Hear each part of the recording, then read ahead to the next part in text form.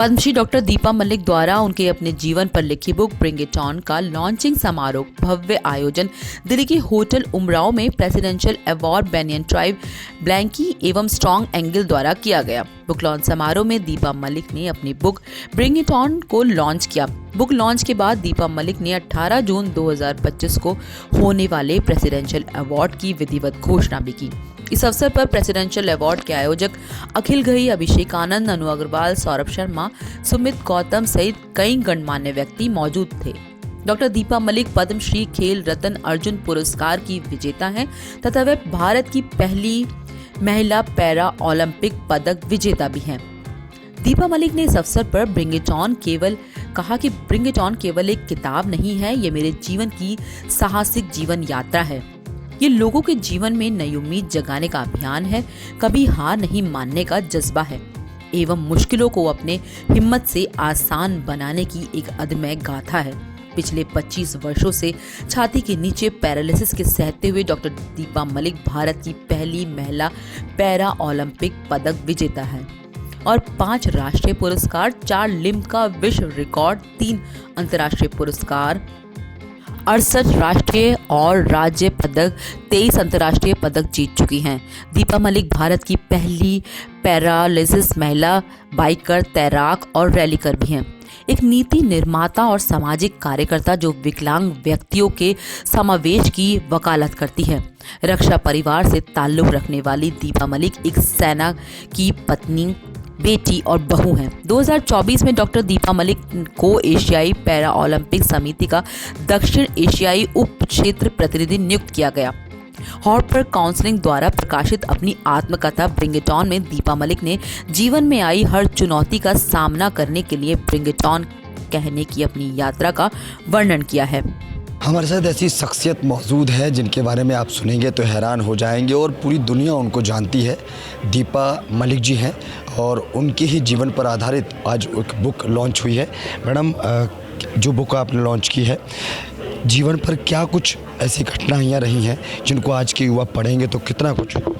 इसमें काफ़ी मेरी ज़िंदगी कहानी है। नाम अपने आप में ही कहता है bring it on. Bring it on का मतलब है आने दो। कितनी कठिनाइयाँ आएंगी, मैं हर कठिनाई से चुनौती लड़ूंगी, मैं उसका समाधान ढूंढूंगी। मैं नए शरीर को नए ढंग से सीख कर मैंने बहुत हुनर अपने अंदर डेवलप किए। मैं कह दी गई थी कि छाती का निचला लकवा ग्रस्त है, अब इसके बाद आपका जीवन एक कमरे में बंद हो जाएगा, या एक महिला जो चल नहीं सकती, मलमूत्र की शक्ति नहीं है, वो एक कमरे में ही रह के मर जाएगी। लेकिन मुझे एक अपंग और हारी हुई महिला की पहचान मुझे बिल्कुल भी मंजूर नहीं थी और मुझे 2 बेटियों को बड़ा करना था। और 2 बेटियां अगर ऐसी माँ को देख के बड़ी होंगी जो हारी हुई है, हताश है, लाचार है, तो वो कैसे, उनका मनोबल कैसे बढ़ता। और मेरी तो बड़ी बिटिया भी दिव्यांग है।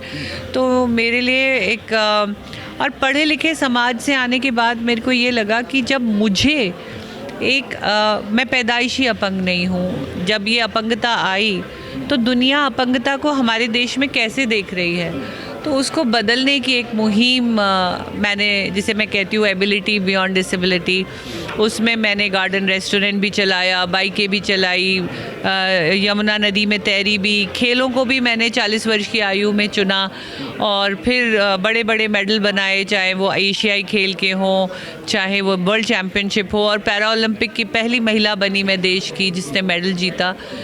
तो ये सिर्फ उसका सफ़र नहीं है, ये साथ में एक सवाल भी था अपने समाज से, अपने देश से, कि क्यों पॉलिसीज़ हम लोगों के लिए नहीं है।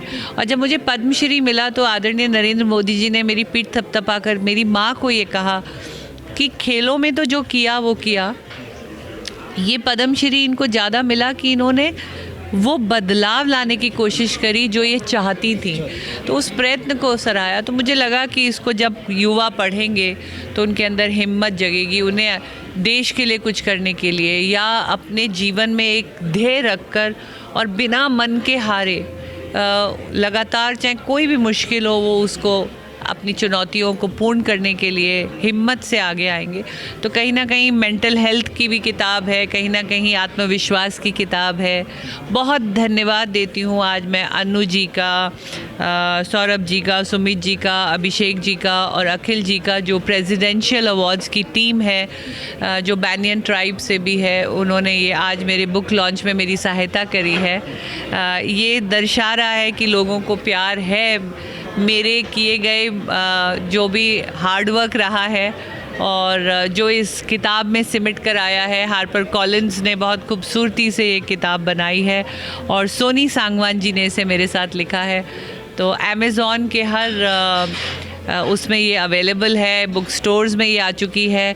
लोहड़ी वाले दिन मकर संक्रांति के समय इसका रिलीज़ हुआ और बस अब बुक टूर पे हूँ मैं, जगह जगह लिटरेचर फेस्ट में मेरा न्योता है और बहुत हस्तियों ने सराहा, जैसे मेरी मुलाकात दिग्विजय सिंह जी से हुई है और गिरिराज सिंह जी से हुई है और सीएम बिहार जो है उनसे मेरी मुलाकात हुई। फिर जितने हमारे खिलाड़ी हैं बड़े बड़े, विजेंदर हैं, श्रीजेश हैं, शिवा केशवन जी हैं, उनसे भी मुलाकात हुई। मोदी जी का भी आपने जिक्र किया कि उन्होंने मन की बात में कई बार आपके बारे में जिक्र किया, वो भी शायद इसमें मैंने लिखा है कि कैसे मेरी मुलाकात नरेंद्र मोदी जी से हुई और कैसे जो नई पॉलिसियां बनकर उभर कर आईं, उन्होंने एक अपंग महिला को दिव्यांग बना दिया और उस सशक्तिकरण से मैं देश के लिए पहला महिला मेडल भी जीत पाई।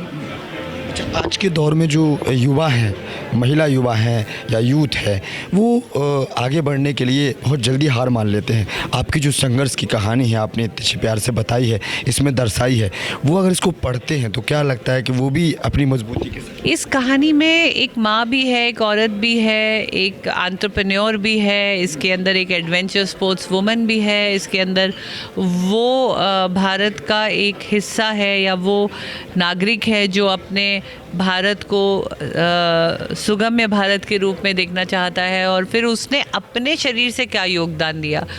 अक्सर आज का युवा कहता है कि मेरे लिए मुझे क्या मिलेगा।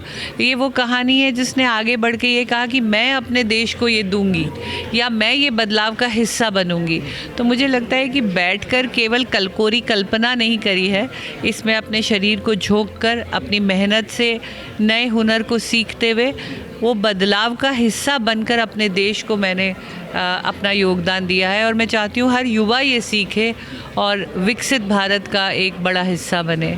Thank you so much Deepa ji. तो सुना आपने दीपा जी ने क्या कुछ कहा कि इस किताब को पढ़ के आज का जो यूथ है और आज की जो युवा हैं वो बहुत ही अच्छे से अपने आप को डेवलप करेंगे और आगे कामयाब करेंगे, क्योंकि मेरे जो संघर्ष की कहानी है उस संघर्ष की कहानी में देश का हर नेता शामिल है और प्रधानमंत्री नरेंद्र मोदी जी ने भी इनको कहीं ना कहीं सराहना कहा है। कैमरा बच्चन के साथ ब्रजेश कुमार, दिल्ली।